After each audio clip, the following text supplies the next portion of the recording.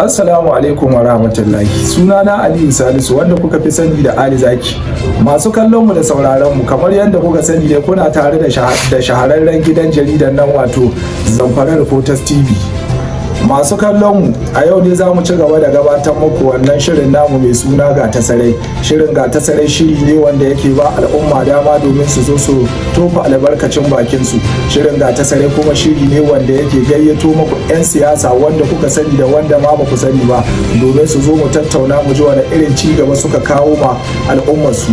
Masu kallon mu da sauraron mu a cikin shirin ga tasare wasu manyan kungiyoyi a jihar Zamfara masu fada a ji guda biyar sun yi kira na musamman ga wani dan takara dan majalisa na tsafe ta yamma wato kwamanda sarkin yaki bawan Allah kuma damo sarkin hakuri wato honorable Amiru Ahmad Keta. Wannan kungiyoyin sun yi wannan kira ne na musamman domin duba da irin kokari da jajircewa da wannan bawan Allah yake masu wato honorable Amiru Ahmad Keta.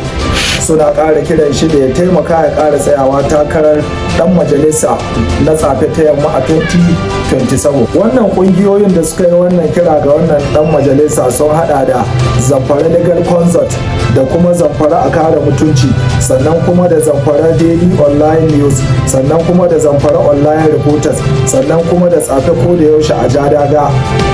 Waɗannan kungiyoyin da suka yi wannan kira zuwa ga wannan bawan Allah wato honorable Amiru Ahmad kungiyoyi ne masu zaman kansu kuma masu faɗa aji.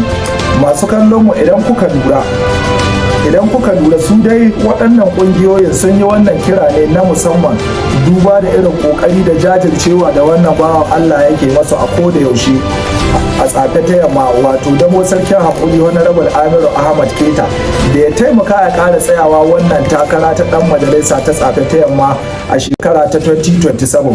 Masu kallon mu gadda ku manta a koda yaushe kuna tare da shahararren gidan jaridar nan wato Zamfara Reporters TV. Ku ci gaba da kasancewa tare da mu a koda yaushe tare da ni naku Ali Zaki.